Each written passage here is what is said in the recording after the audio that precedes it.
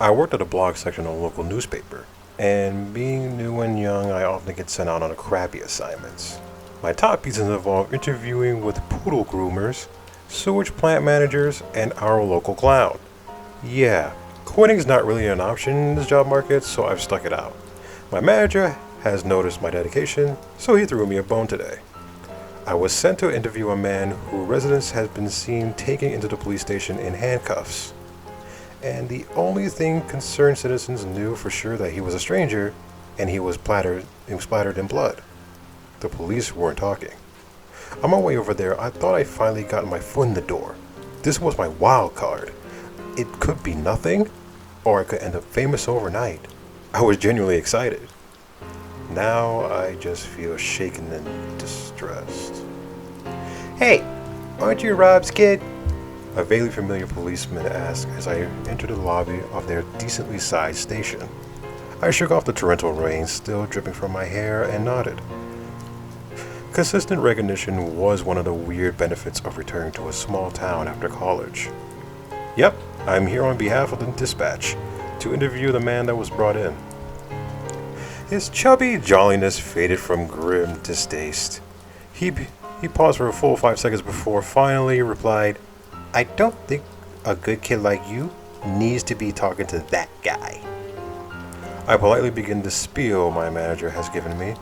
Even as I got to my writing materials out of my pack, it was important to look as if I was pressing dispute the refusal. I didn't actually know if it was legal allowed in, but I acted like it was. Well, it's my job, and he has the right to visitors, so yeah, he said flatly, cutting me off on the understanding side. Just don't let him get to you. He led me back to the couple of dingy hallways. The back held the temporary cells, and he unlocked the first gate. Grayson is at the last cell. I'll wait here. Okay. I entered by myself, moving past a series of gated cells, the last containing the only person in lockup. His once decent business wear was splattered in blood, yes, but he was not at all I imagined of violence I'd image.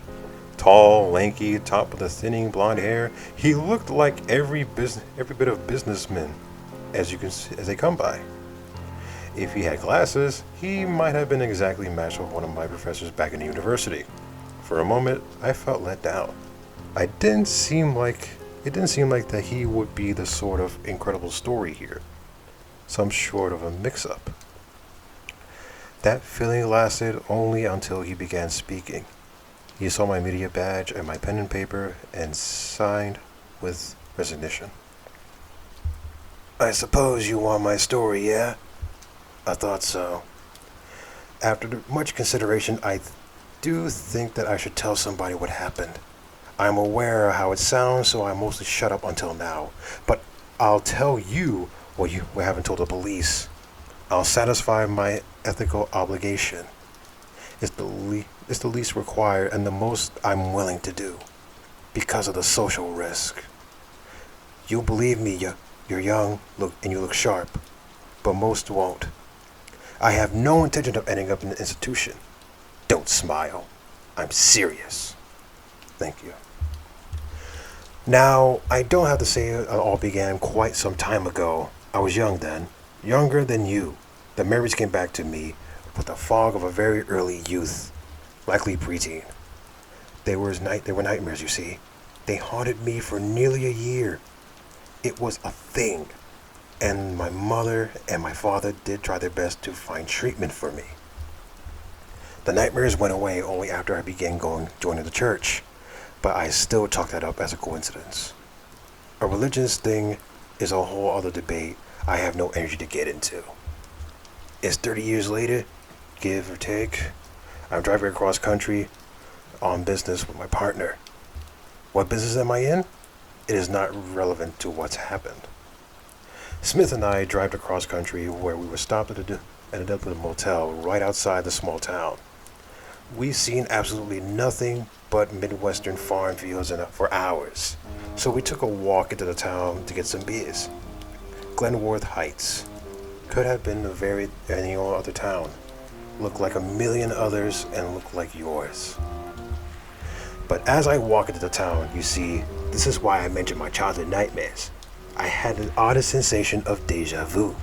Standing on the Sword Main Street, I felt like I recognized a particular pattern of storefronts. 45 people. That's what the sign said. Glenworth Heights, population 45.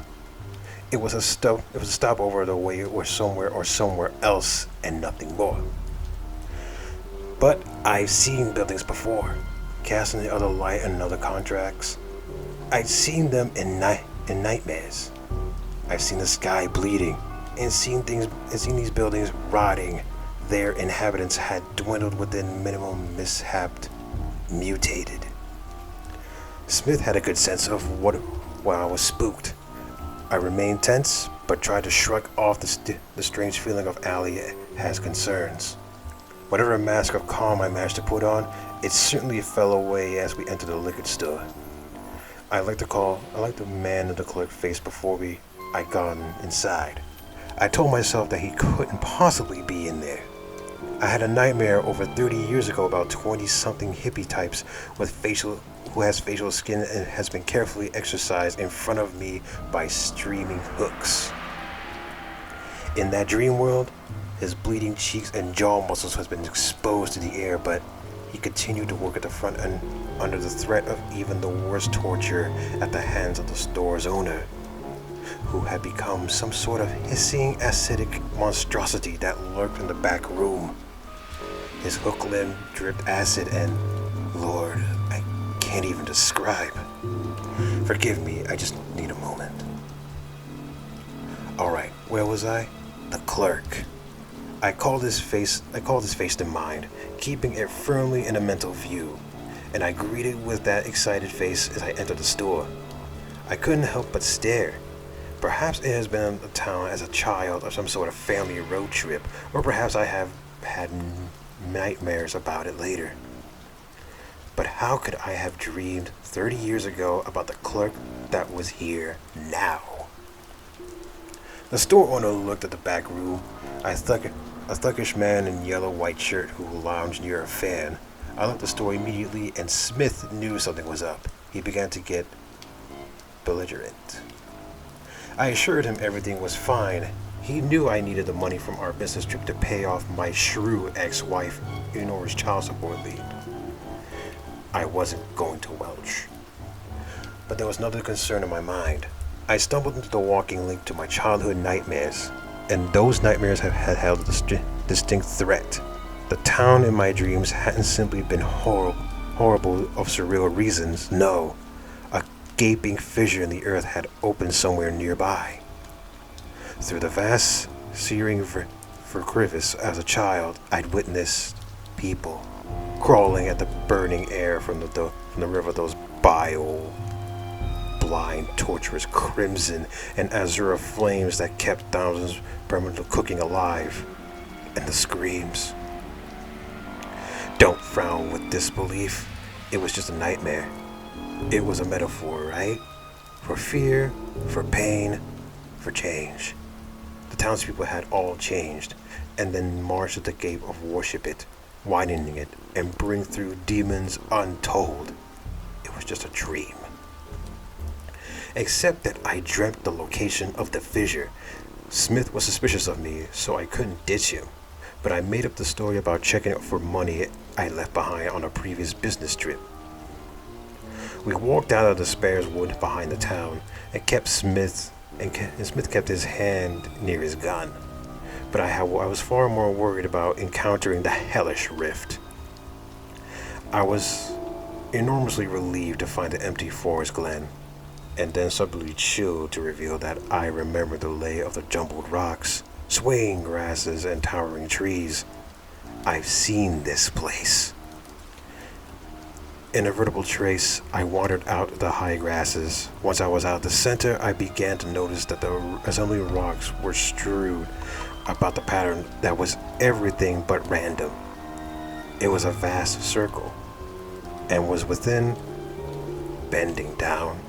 Even found in the Pacific rocks, I remember seeing split apart before they began belching flames. Ruins.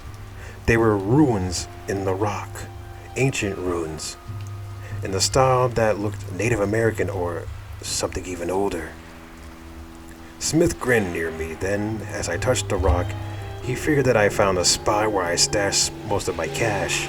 He also figured, since I was a far superior than his usual class of partners, that I would have to have quite the sum hidden here. He didn't figure that I was also smarter than the usual spice partners.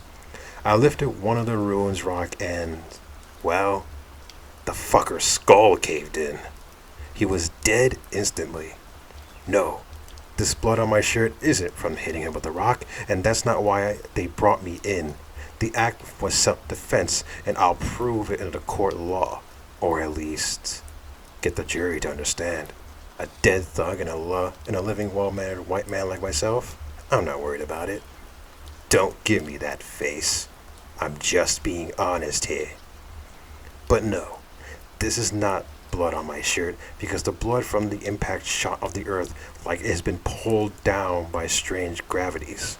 In fact, the red liquid spurted out of his head wound like a fountain, arching right down to those ruins rock before me, and disappearing between. It wasn't nearly all the blood in his body, but it was enough to be surprising. The rest soaked in his clothes and the surrounding ground. Was it simply a nearby death that had to reawaken the latent energies? Or perhaps I accidentally reenacted some ancient ritual? In case, I found myself standing in exactly the spot I dreamed 30 years before, watching the exact nightmare unfold. The ground splitting, flames erupting, and the fiery heat radiating against my face as the screams of the countless damned souls erupt into the real world. Yes, I'm serious. No, I'm not crazy. I'm completely sane, and that's why I ran. What sane person would have stayed in such a place? Hell itself was practically erupting in the half-a-mile-wide glen of the forest, some ancient ritual site. I ran back to town. Intent of getting our car, I had the remaining sense, despite my panic, to grab the keys from Smith's pocket. But I needed something to calm my nerves. My hand shook violently. I knew I wasn't going to be able to drive, so I entered the town drugstore. I already knew the old lady within. Her warm smile rung truly against the surreal childhood memories. Her doddering husband working at the cash register while she picked out what I asked for, and I shuddered. In my dream, the old woman's skull had split open, and her brain had grown teeth, forming a fleshy maw big enough to crush and eat her terrified husband's face. He died gurgling and betrayed by his lifelong love, and then his corpse had begun turning into itself inside out, growing 1,000 little spider legs, limping over the inner edge of the skin and muscles. The resulting corpse's thing had chased my terrifying child self down Main Street relentlessly, and my only escape was I being awakened screaming sweat. I remember him saying this yesterday, syllable before syllable. What are you looking at? He was looking out of kindness and confusion. He wasn't angry that I was staring at him while lost in memory. He was just worried about me. Right up until the teeth slammed down on his face, crumbling between brain matter jaws. Leaping back and knocking over product-filled shelves, I screamed in absolute terror. Who wouldn't? The woman had become exactly what God, it was sickening. Not waiting for the corpse to reanimate, I ran, surrounded by blurry panic. The sky was beginning to bubble right over the town and approached a boil. It looked like a rapidly building normal storm, not yet blood like I dreamed, but I was no fool. They were screaming, echoing out up down the town, not the screams of the damned, but the screams of the living. Those unfortunate souls who had yet turned began slaughtering by their friends and loved ones. I wasn't changing. Why wasn't I changing? I had my presence at the ritual site protect me? Or was it the fact that these people had lived nearby the site their entire lives, where they were more susceptible somehow? On my desperate run back to the motel and to my car, I almost plowed right into the startling old man who had been heading into town. His skin was molted and it was very frail, but his grip on my arm was surprising strength. Threw and screamed at me. He heard the raging winds. He said, "What have you done, boy? I saw you. What did you do to the woods? Did you disturb the stone ring?" My horrified expression was all the confirmation he needed.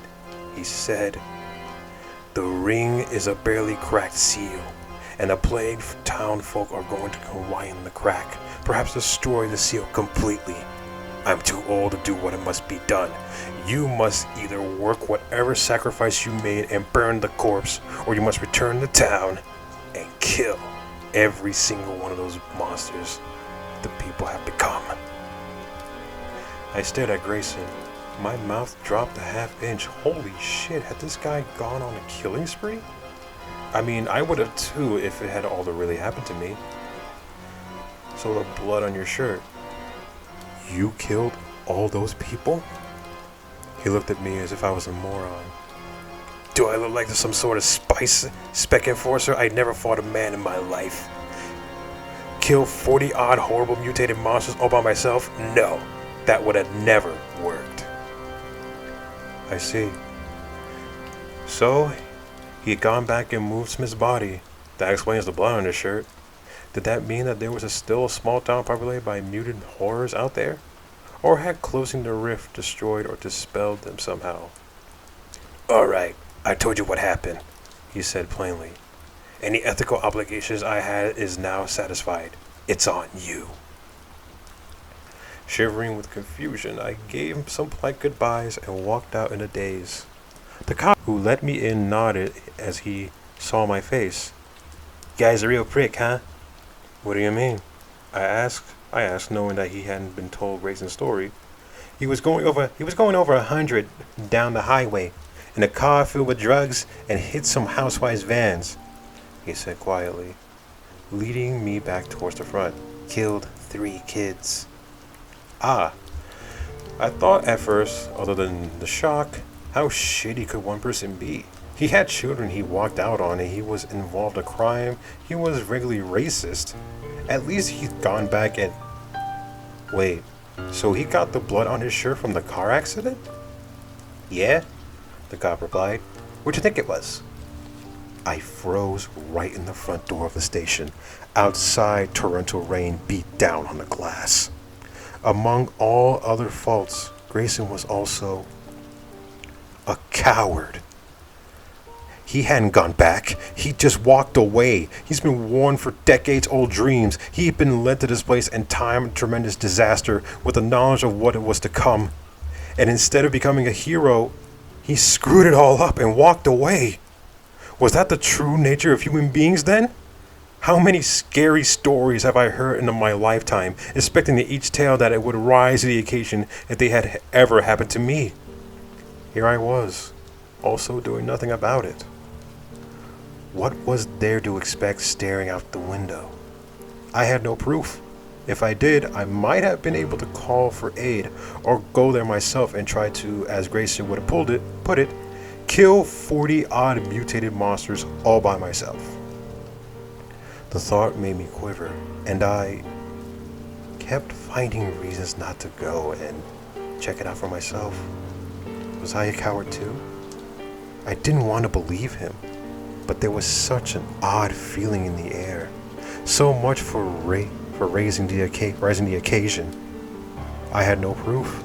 The story of the century, my first big break and possibly my last, would likely be believable by no one. There was nothing left to do but post it online and hope. Hope that someone does something. Or hope that Grayson was lying. After that, I watched an uncommonly intense rain and prayed to God that it didn't turn red.